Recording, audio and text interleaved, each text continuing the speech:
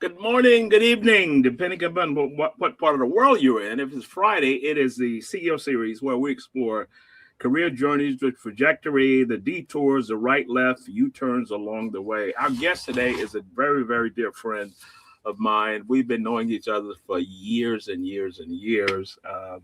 Edward Matti is a managing partner of CCM Consultancy, and he brings nearly 30 years of experience in leadership development, sales enablement, culture transformation, human capital empowerment.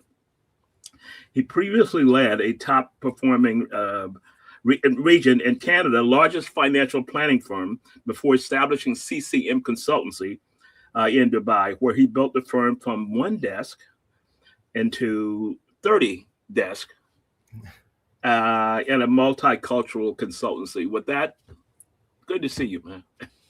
Same here, Ron. It has been a while.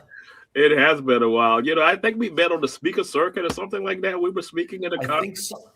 I've got to say it was one of the earliest HR conferences that I attended, and I want to say maybe 2010 or 2011. Possibly. Not to date ourselves here, but nevertheless. That was cool. That was cool. Well, you know what? You've had an amazing. You're having an amazing career. Walk us through the Canada side to where you are today. What? Sure. I started off as a consultant, which is predominantly sales in Canada and in the wealth management space. It was Canada's largest financial planning firm. I spent 14 years there before making the move out here, and it probably shaped a lot of my ambitions where I go. It's a struggle. It was a commission-only business.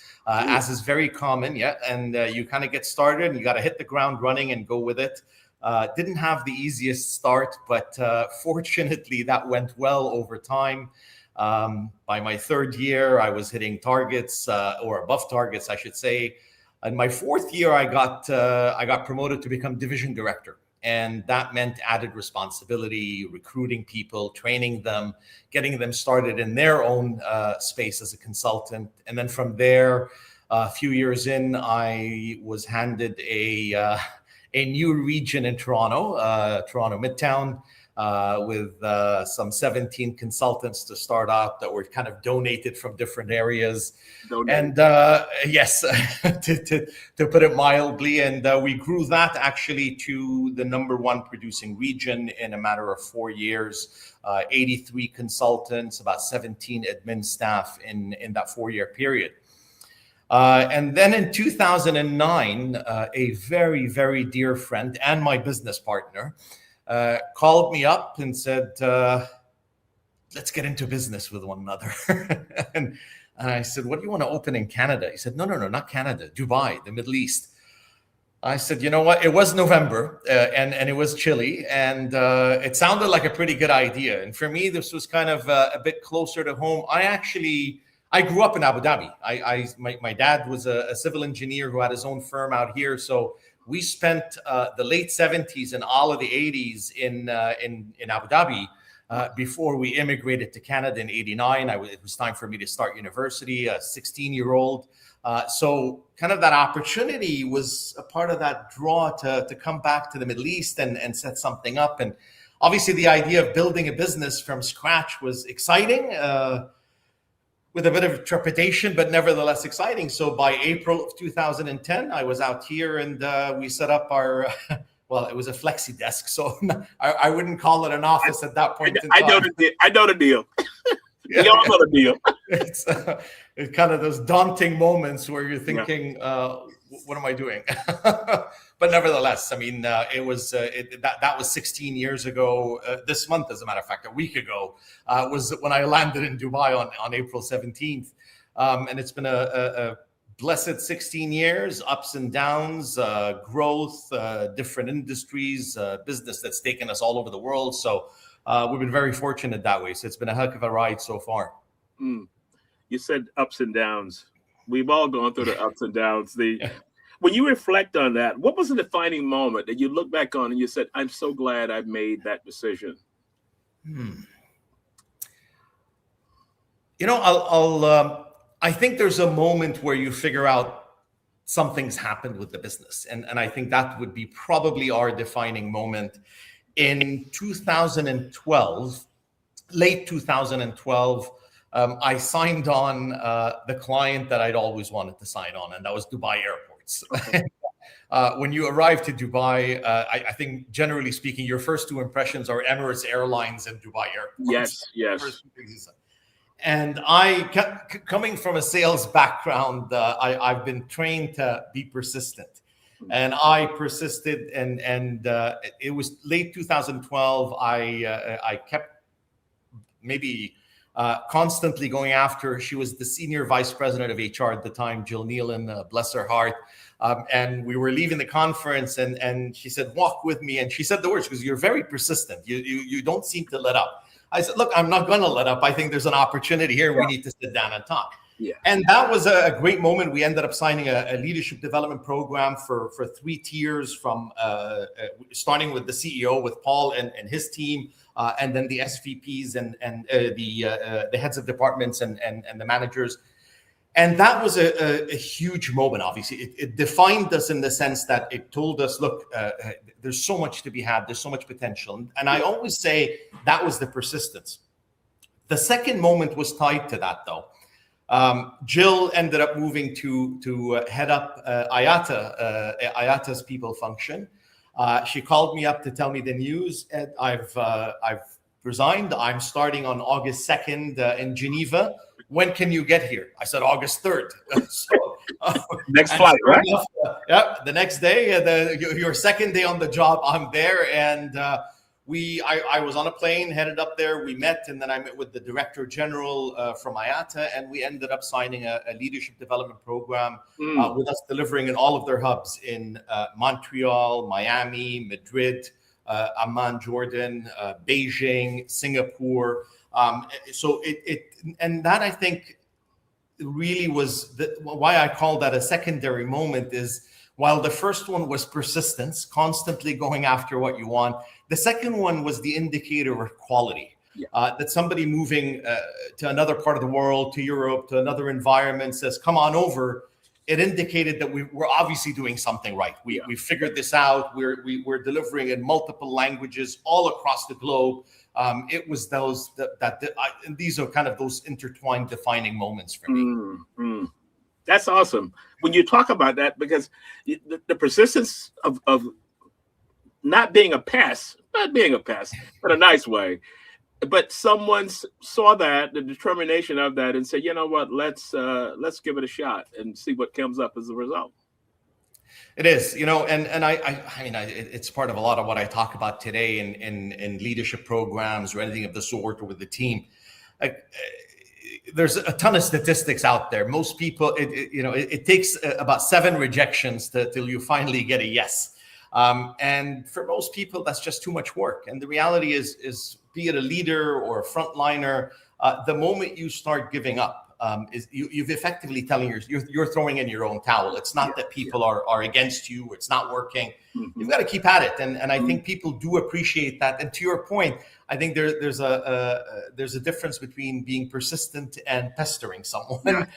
And that persistence, if it's coming from a genuine place, you really see the value and where that connectivity is. I think people appreciate that. Yeah, that's a young lady that I've been trying to get on the show. She's a neurosurgeon, and her posts are always so outside of a neurosurgeon's model. Okay. Because she shows the personal self. And I sent her a note this morning. I said, "I'm not going to stop. I'm going to keep on. Here's the show today. Take a look." I need That's you the here. way to do it. Absolutely. You have something here to do that. So I love for everyone listening, you have to keep persevering, because if it was easy, my father would always say, different era, he said, if it was easy, everybody would be driving a Cadillac. So absolutely. That was his metaphor as it relates to that. So when you look back on that journey, what part of it, if you had to redo again, or if you could tweak it, what part would you? I'm not one for regrets, that's for sure. Would I tweak? Definitely. I think, as with everything else, and particularly in this industry, in consulting and management consulting, or learning and development, the learning curve is steep, and you get to learn very quickly. And I think with every passing day, you realize, oh, we could have done this a little bit better. We could have improved here. And I certainly, when I look back, the first 2 years, we were doing a terrific job. The business started to grow. We were adding another person, yet another person.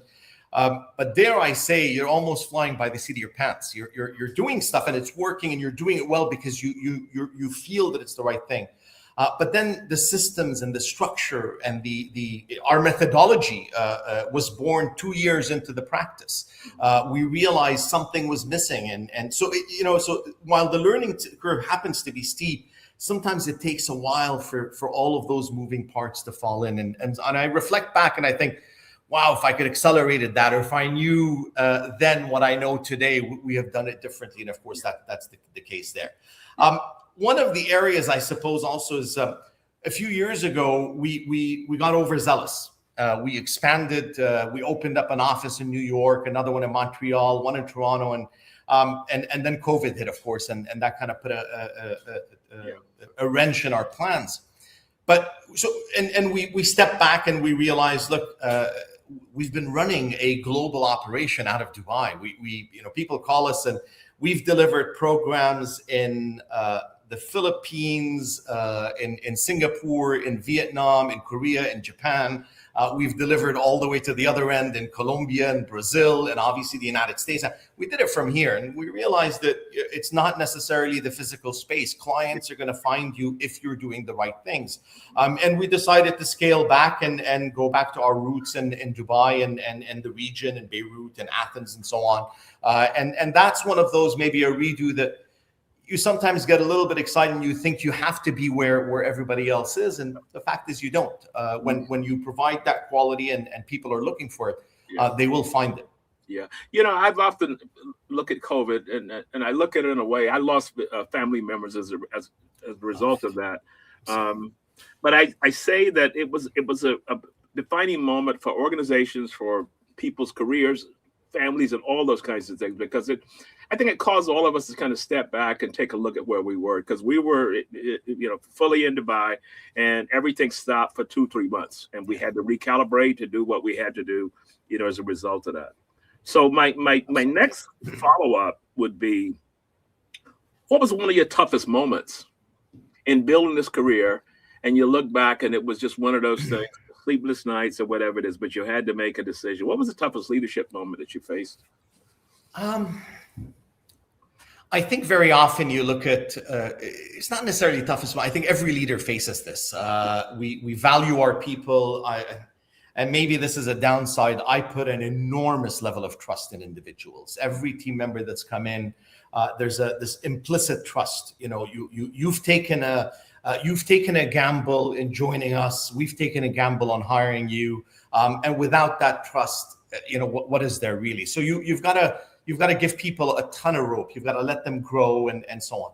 And I think some of the toughest elements is where that trust becomes or builds into mistrust. It's abused. It's taken advantage of, and so on. And I think the toughest moments is really pausing and saying, look, it happens. And the sooner that you can get over these hiccups, and nobody wants to ever, when you get a top performer in your team, you never want to lose that individual. You hang on to them for dear life. But the fact of the matter is you're choking yourself just as much as you are them. And there are times where it pans out and it doesn't. So I think we've got to, as leaders, you've got to recognize that there are times where things go wrong. You learn from that, and you pick up where you left off. You move on. The downside is when people let that fester and it replicates itself in every other relationship that you have. And that, I think, is something that's very important for a lot of people to really separate that. Those are isolated incidents. They happen and you move on and you grow. And I think that's one of those moments where in leadership, I'm going to share a story here with you, if that's okay. And I'm going to go back on the receiving end, and I'm going to go back to my very first manager at that wealth management firm. I was atrocious in my first year, not for a lack of trying. I was working 6 days a week. I was in the office at 9 a.m. I wouldn't leave till 9:30 p.m. I hammered cold calling back in those days. We didn't have LinkedIn. I just was at it, and nothing was sticking. And That manager called me in and he asked me to sit down, and he made a couple of snide remarks comparing me to a fellow that I started with, referring to his size, how big his head was, and so on. And he said, "Is he 10 times smarter than you are?" And I said, "Of course not." And he said, "Oh, he must work 10 times harder than you." And I said, "Definitely not." And he said, "So why is his production numbers, the results that we get, why are they 10 times yours?" And Ooh. I can tell you today, this is going back, by the way, 30 years, almost 30 years, just about 29 and a half years ago. I can tell you what I was wearing that day, what he was wearing, how we were seated. I can describe the entire experience, because I left that office decimated. I mean, I could not understand how somebody could speak to somebody that way. And I was really distraught. Now, I'm sharing this because it's on the receiving end of what leadership could look like. And it was a huge learning moment for me. I walked out of there and I promised myself, come hell or high water, I would never speak to an individual that when I make it. It was not an if. Yeah. Now, two months later, his boss, who's a person that I admire enormously, Ray, God rest his soul, he passed away in late 2020. He brought me into the office and he said, "What's going on?" And I said, "I'm spent." And he said, "Take a vacation." So I was like, talk about the dynamics that are there. He goes, "You're not going to do any good to anyone if you're completely worn out. Take a vacation. When you come back, we're going to sit down and figure out why all of this effort's not working." And now this is my boss's boss, but I can tell you, Ron, that had such an impression on me. It stayed with me years later. Ray became a longtime friend and a family friend and a confidant. And when I was coming out here to set up the business, the very first call on whether or not this is something we should be doing, it all went to Ray, because he showed not just in that moment, but over time, what leadership looks like and what you have to give of yourself. And those, I think, really were defining moments from a leader's perspective on what could go wrong and what does great look like, I suppose. Everyone needs a Ray. Absolutely. Everyone needs a Ray versus product X, or whoever that other person was. So I'm sure that had an impact on you for coming out, and it was one of those defining moments. He said, "I couldn't even remember what I was wearing coming out of there," and then you look at where you are today. That's what can happen as it relates to leadership. So, how are you giving this back, and how do you lead today, based on those formative foundations that you have? Look, it definitely shaped a lot of my leadership style. I knew what I didn't want to be, and that's that condescending, snide, maybe frivolous approach that's applied. And it's not to say that there aren't difficult conversations to have with people, but it's the way that you have it. You've got to realize that there's a human element to it. So I think that was a very big element, and raised that. Ray had been a mentor and for a very, very long time. I still refer to him today, refer back to those conversations. From a leadership perspective, I suppose it's, for me, it's about, there's a level of morality to it and integrity. You have to treat people as human beings, as equals. You have to have a stern hand in the sense that, show them the way, be there for them, give them time, all of these aspects that are very important. But those earlier moments certainly did create quite an impression on me. It made me realize how much a leader can impact negatively and positively their team members. What we think is a passing joke or a passing remark has profound implications here 30 years later. It still has those implications. You still tell the story 30 years post. Absolutely. And similarly, someone who sits down and wants to hear you out and help you, give you that lending hand, it's not a position of weakness. It's what leaders are meant to do. And I think those really have shaped a lot of how I deal with team members over time, whether it's to support, whether it's to rectify and set them on a right path, whatever it might be. It's got to be done in a human element. Yeah, yeah, I love the human element because I think, and I go back to COVID, and COVID kind of brought that into the forefront. People working from home, we're not into the office, and how do you connect with people? How do you keep them, excited about what they're doing? So I'm going to take that and take it into another question. Um, a scenario: if you're giving a keynote speech, which we all do from time to time, and you have the audience is C-level people and they're struggling across the region or whatever it is, what are some key ingredients would you talk to them about, based on your global experience and all that you've gone through, cultures and all those kinds of things? What would it be? Um, that could be a long list.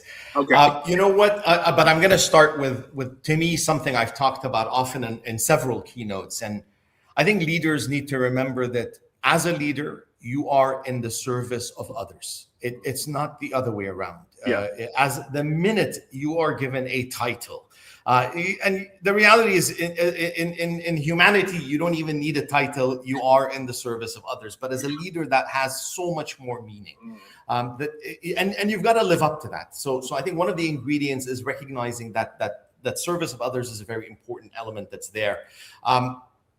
I think it's recognizing that there's a lesson to learn from successes, but there's also a greater lesson to learn from failure. And I think we don't take that. We don't put enough weight into that. Everybody wants to celebrate successes. We're popping champagne. We're excited, of course.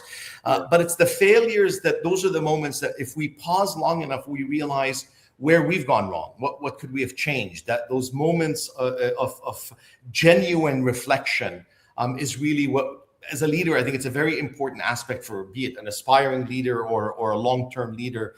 And I think another aspect I'll talk about as an ingredient.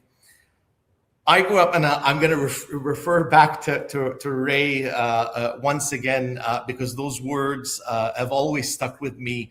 He said, "You can either believe in abundance or you can believe in scarcity. You cannot believe in both." And to me, I grew up, so to speak, and from a corporate world grow up kind of element where it's just you constantly believe in abundance. The minute you hang on to whether it's a team member where you're not going to find another person, that thought of scarcity, the next deal, you're going down a terrible path. But that level of abundance, and the more that we think about that, I think it reflects itself on every interaction that you have with your team members, with clients, with peers, with industry experts, with stakeholders. It starts to come up. Mm-hmm. So that's a very important aspect, and I think it really comes down to, and I mentioned this word earlier, integrity. Yeah.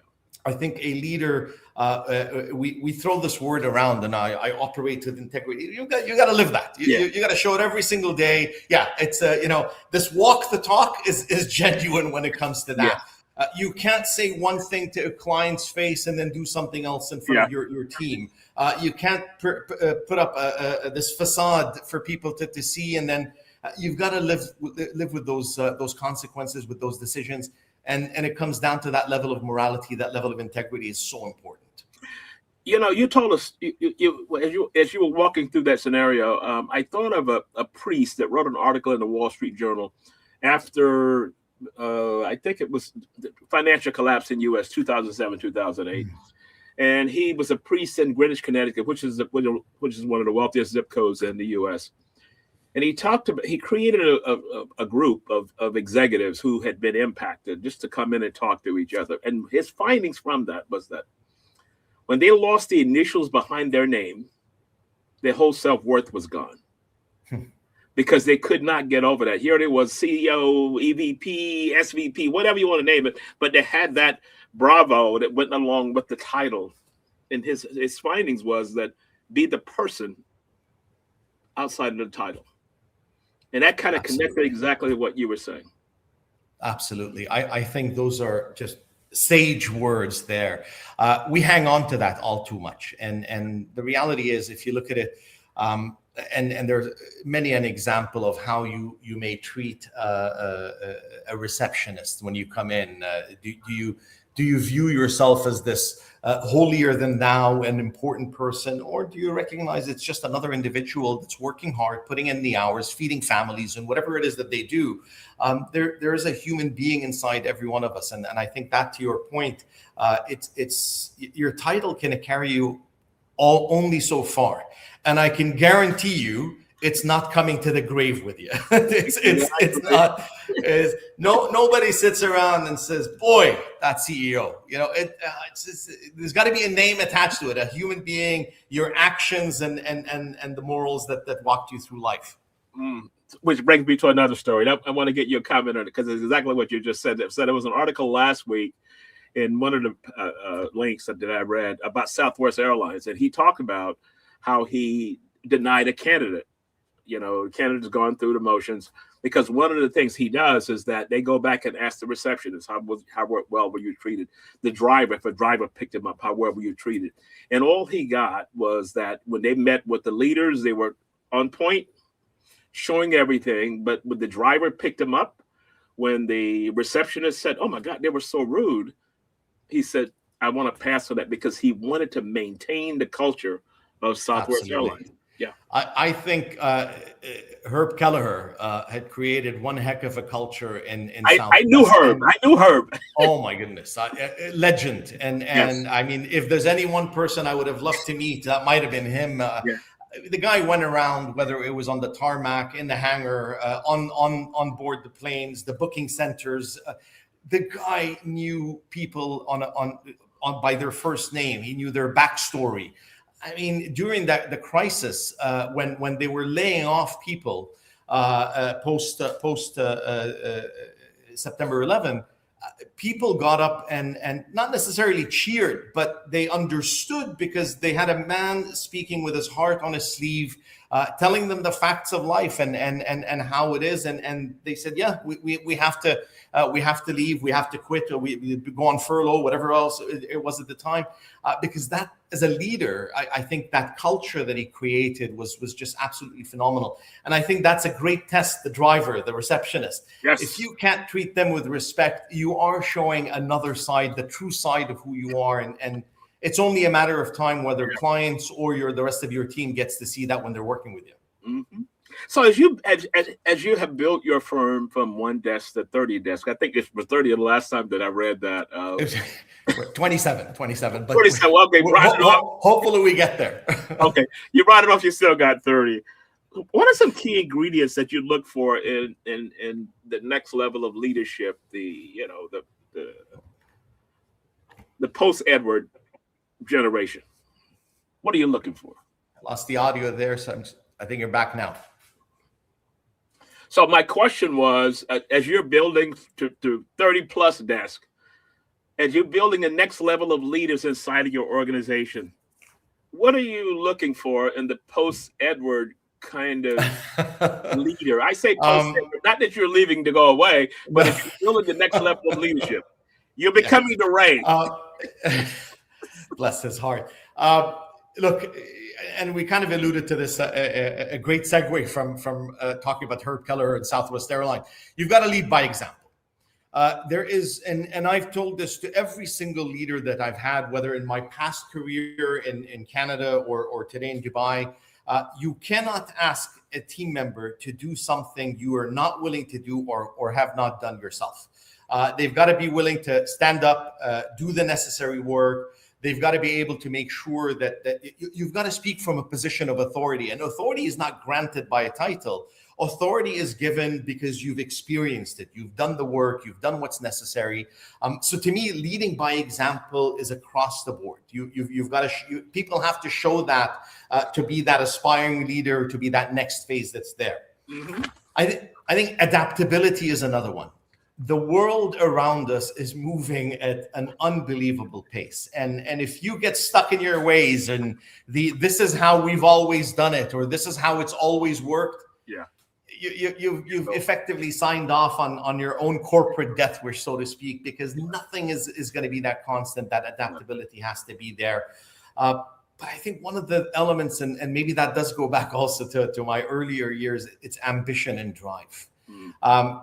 I can't be everywhere 24/7. You know, as much as I'd love to be banging down my team members' doors and saying, you know, get up, we're going to have an amazing day.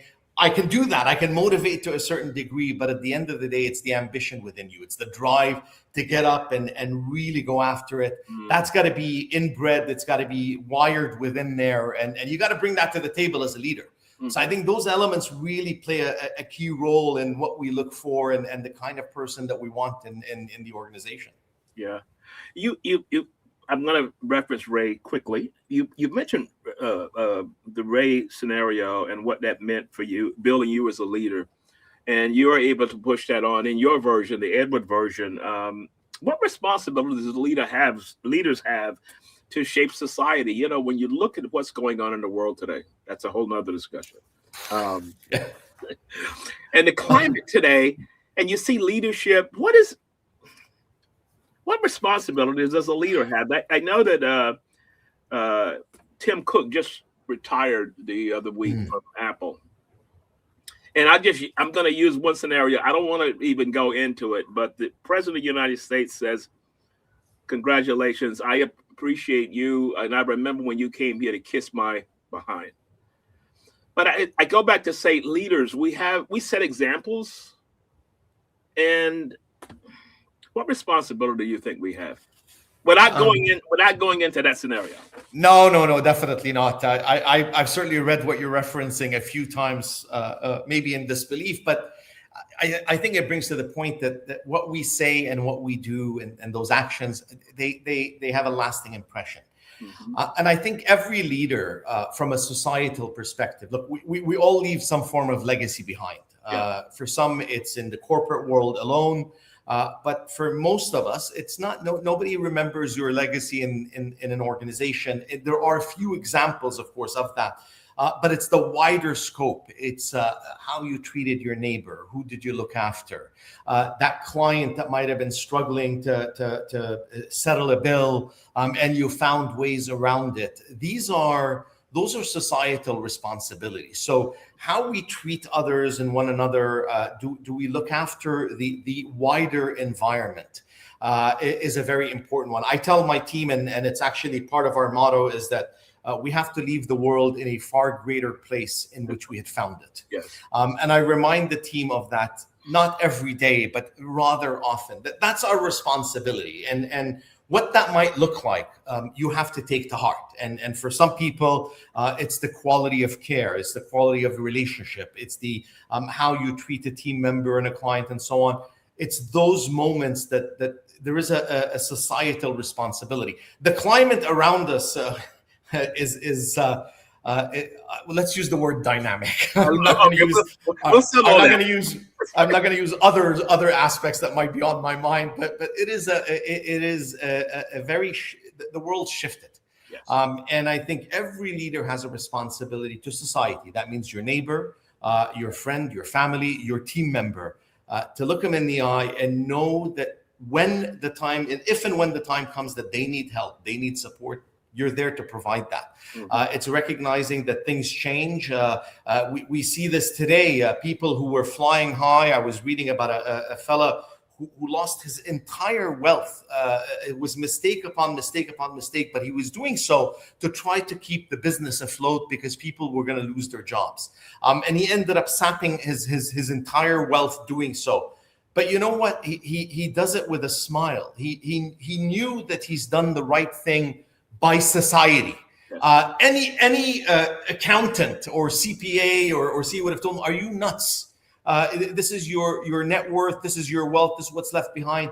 But that didn't matter. It was what was right for the larger or the greater good that's there. And I think every leader's got to take a long, hard look there, and see how can I better the world that we're in small steps. I'm not talking about great strides. I'm not telling every leader to go and donate all of their time and their money and their wealth and whatever else.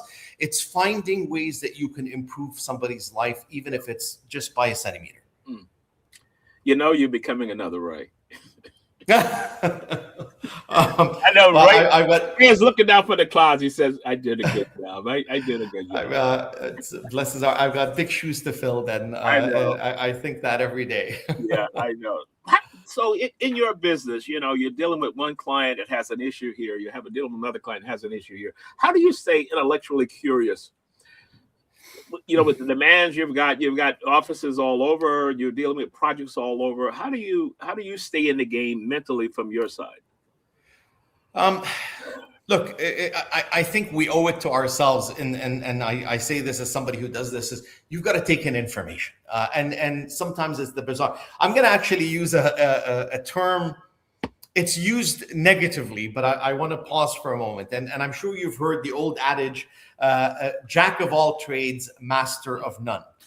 And I don't think that phrase gets enough credit because, and maybe I do this. I grew up in the Middle East, so obviously we knew one sport, and that was what you would call soccer. We call football. Yeah. But I always was fascinated to just enough about basketball to have a valuable conversation with somebody. Just enough about baseball to be able to have understand the semantics behind it, or American football. And I do the same thing with sciences, with innovation, with AI. And it's sometimes in small pieces. I do read. I have a preference for biographies, bizarrely enough, than I do for other. Picking up a book on a new methodology doesn't necessarily do it to me. But when I hear stories, I've read Steve Jobs' biography, the one by Walter Isaacson. Yeah. 3 times. Not because I'm a slow learner. Okay. But every time I've gone back, you pick up something. Another. Absolutely. And you realize that there's a mirror or a nuance that applies to our business, to our way of dealing. I've done the same thing with Agassi's biography, Open. It had a tremendous impact. And I go back to certain references because I think, you know what, this can apply in today's world. And it's not necessarily a world of technology, but you pick up an idea from sports and the discipline and in fact, his hatred for the sport for that matter. And you realize, wow, how many other individuals go through that same emotional roller coaster, his father forcing something on him that he didn't want to do. And we look at our business and some of the leaders that we come across, and it's the same. So I think from an intellectual standpoint, look, there's an enormous amount of time in any given day, and we probably squander a good part of it. And if you sat down and you tracked, and I've done this exercise as much as I actually ask leaders to do it. Yeah. We track 15-minute intervals, and when you put that together, and I ask leaders to do this for a week. 15-minute intervals, just mark down. We give them a timesheet, and they've got to just write down a simple word what you were doing then. You start to realize how much dead space there is. And that's the time you can read, you can reply. I spend a bit of time on LinkedIn. People tell me, my goodness, how do you do it? I get up every morning at 6 a.m. And I start off with the birthday messages, the work anniversaries, all of these things. It takes 20 minutes of my life, and most people's days haven't even begun. Yeah. So I think that kind of creating that level of intellect, that information that you take in, you don't have to pick up a two volume book to learn. Find something that you can relate to, and you'll find time in between because you're enjoying it. Yeah. I played football in high school, quarterback for my team. And Nice. I learned from that, every afternoon you would practice. Every afternoon you would practice. There was not a day off. Monday through Thursday, you practice. Friday was the game. You had a week and you practice. So I've always kind of used that metaphor, is at the end of the day, how am I going to practice for the next day? What didn't go well today? And I use that. To me, that's not time. That's just kind of growing what I have left up here. Absolutely. Look, but that's discipline, right? There's ambition and discipline. They've got to go hand in hand. And I think that's a very important one here. That comes through. I'm going to use my dad as an example. I had a civil engineer dad who happened to be a business owner, and this guy, like clockwork. Watch is always 10 minutes ahead. He shows up early everywhere. This is from a young age, but there was a lot of this discipline that's there, and at one point, despite a thriving business in Abu Dhabi, in the firm that they had, the engineering firm, he said, "Look, it was time to immigrate," and we moved to Canada, where he was starting all over again. And to me, that showed a bit of an ethos. It showed how you put priorities in the right place when the ambition is there. Set up another business in Canada, retired now, obviously. But that ethos is very important. It ties together the values that you hold dear in life. It ties together the discipline that you hold. It ties together your drive and your ambition, and it ties together society. What are the lessons that you want to pass along to other people? And I think these are great aspects to have in our day-to-day life, in how we learn and how we give back. You know, I wrote my mother's name down when you said "Jack of all trades, master of none." That was I said, "Mom, okay, got it. I got it." 1,000 times you've said that in my life. I got it, but I know exactly what it means now. And you know, I was reading a book about Tiger Woods, and one of the phrases that came out of there, he said that the older I get, the smarter my parents have become. Because you know, you're growing up and you hear your parents say, yeah, I got it. But as you get out in life, oh, let's go back to that. That's it. I think my new version of that phrase is the jack of all trades, the master of some. Master of some. And yeah, look, I mean, I think I always say this, there's so much more I need to learn about life and what's going on, and even in my domain. But I also, you know, I know what I've accomplished, and I appreciate that, and I'm very grateful for those opportunities. So I do feel I've mastered some, but I don't forget that this notion of the jack of all trades, there's always something new to learn. So as we begin to close out, I want to ask you that if you had an opportunity to go back and talk to your younger self, that first job, no salary, commission only. Yeah. Being called in and as my grandmother would say, being abused out. What advice would you how could you coach your younger self? What would you say? I think I'd remind myself that every rejection is a rejection earned to a possible better future. We don't learn. I think we end up with, when life is handed to us too easily, we end up with blinders. We think we've cracked the code. And the moment you hit that first stumbling block, you have no idea what to do. And I think if I go back to my younger self and 30 years ago, I'd say appreciate every rejection, see it for what it is. It's a learning opportunity. It's a matter of recognizing there's so much more to come. And I still remind myself this: think big.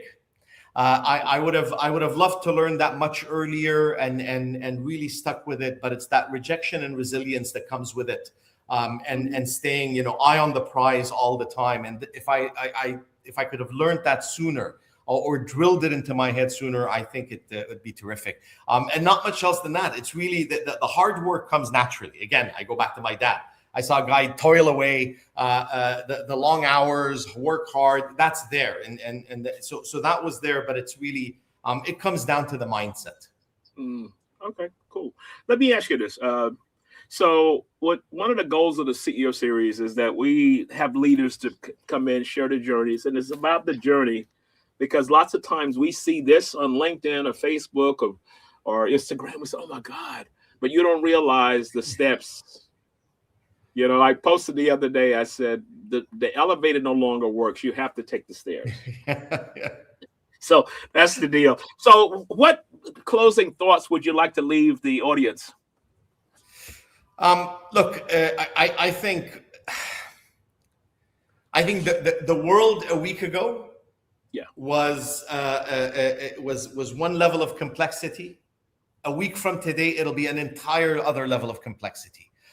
That is a given. It's not going to change. And I think if I can close out and say, look, we're all human beings. You're going to come across people who make mistakes, but they want to learn from them. And that's your responsibility. I think treating people with kindness is a very important one.